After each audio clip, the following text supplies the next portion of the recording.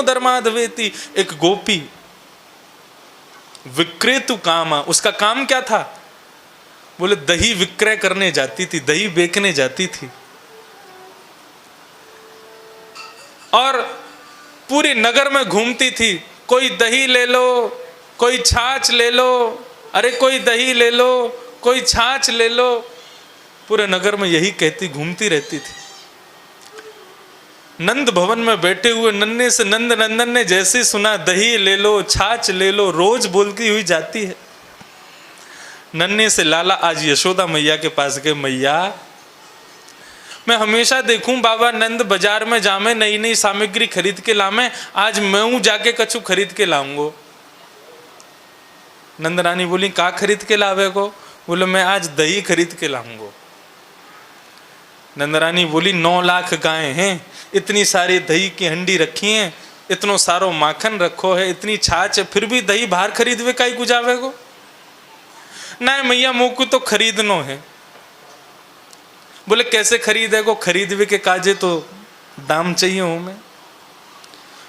बोले मैं दाम ना दूंगो, इतने सारे गेहूं के कट्टा हमारे घर रखे, थोड़ा सा गेहूं ले जा करके बाकू दे दूंगा और बाकी बदले दही ले आऊंगा। मैया बोली चल आज तेरी लीला मैं भी देखूं, चल जा। कैसे जावे को? तो नन्हे से कन्हैया केवल 3.5 वर्ष के हैं अभी, छोटे से हाथ, इतने बड़े बड़े हाथ लाल जी के। अब इतने बड़े हाथ में कितने गेहूं हमें उसको भर लिया। तो विक्रेतु कामा खिल गोप कन्या, मुरारी पादार पितचित्त वृत्ति। ठाकुर जी उससे दही खरीदने के लिए जा रहे हैं। अब नन्हे से लाल जी जैसे ही चलने लगे, अब जैसे ही चलें तो सीधे तो चलते नहीं हैं, उछल उछल के चलते हैं। तो छोटे छोटे हाथों में वैसे ही थोड़ा सा आया, अब उछल उछल के चलें तो सारे गेहूं गिरते चले। यशोदा मैया देख करके मुस्कुरा रही है। बोले दही खरीद वे जा रहा है, आधे गेहूं तो यानी यहीं फैला दिए, जन कहा लेके जावे को। 2-3 बार में तो नंद भवन के द्वार तक सारे गेहूं फैल जाते। फिर मैया सबरे गेहूं फैल गए, फिर ते भरूंगो, फिर से भर के जा मैं, फिर फैलाया मैं, फिर से भर के जा मैं, फिर फैलाया मैं। मन में सोच रहे हैं कि दही वाली बहुत जल्दी चली जाएगी और मैं कैसे खरीदूंगा। अब की बार लाल जी खूब ध्यान से लेके जा रहे हैं कहीं फैल नहीं जाए। तो चल चल के जा रहे हैं, फिर भी फैल रहे हैं, फिर भी गिरते जा रहे हैं।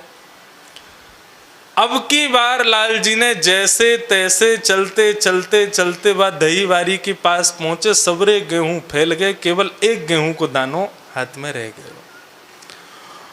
और बाद दही वारी से कहने लगे अरे गोपी सुन, जैसे उसने मुखमंडल की ओर देखा है, श्याम वर्ण ठाकुर जी के छोटी सी चोटी बनी हुई है, वह चोटी में मोर पंख लगो भयो है, कटीले नेत्र हैं, सुंदर कुंडल कानन में पहने हैं, और नन्हे से 3.5 वर्षीय कृष्ण, हम श्रीनाथ जी की सेवा करते हैं ना, अभी गर्मी शुरू हो गई, अक्षय तृतीया के बाद में ठाकुर जी को पजामा नहीं पहनाएंगे, ठाकुर जी को पीताम्बरी नहीं पहनाएंगे।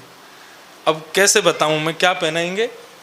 एक वस्त्र लेंगे और उस वस्त्र को लेकर के इस प्रकार से यहां बस बांध देंगे, तो तिरछा एक, जैसे आप राधा रमन जी को देखेंगे तो गर्मियों में केवल कॉपीन पहन के घूमते हैं, ऐसा लगता है केवल भीतर का सामान है, बाहर तो कुछ पहना ही नहीं।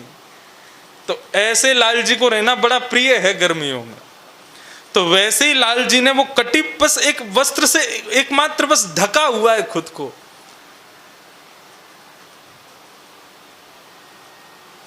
मुरारी पादार पितचित्त वृत्ति, जैसी उस गोपी ने ठाकुर जी की ओर देखा, ठाकुर जी के उस सुंदर मुखमंडल पर, उस सुंदर श्रृंगार पर उसकी चित्त वृत्ति अटक गई। कहने लगी श्याम सुंदर कहाँ लोगे? बोले अरे मुझको दही दे दे।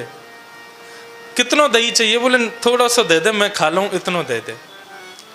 बोले दे तो दूंगी, लेकिन या के बदले मुझको कहा दोगे? ठाकुर जी अपनी छोटी सी मुट्ठी खोलते हैं, बोले ये है मेरे पास, और वाकू दे में ना है, फेंक दे वाके धल ले अपने पास, या खा लियो ठीक है, या के बदले मुझको दही दे दे। ऐसा चित्त अटक गया उस गोपी का ठाकुर जी के ऊपर। छोटे से दोना में दही दे दे लाल जी को। अब लाल जी वह दही को लेकर के नंद भवन की ओर जैसे जैसे पग बढ़ा रहे हैं गोपी के, वैसे वैसे मानो जैसे प्राण निकलते जा रहे हैं। ऐसी स्थिति हो गई गोपी की। इसको कहते हैं समाधि। क्या? तुरंत अपनी मटकी उठाती है और लेकर के जैसे ही चलना शुरू करती है तो बेचने के लिए तो दही जा रही है, लेकिन पूरे मार्ग में कहती हुई जा रही है, अरे कोई घनश्याम ले लो, अरे कोई श्याम ले लो, अरे कोई कृष्ण ले लो, कोई गोपाल ले लो।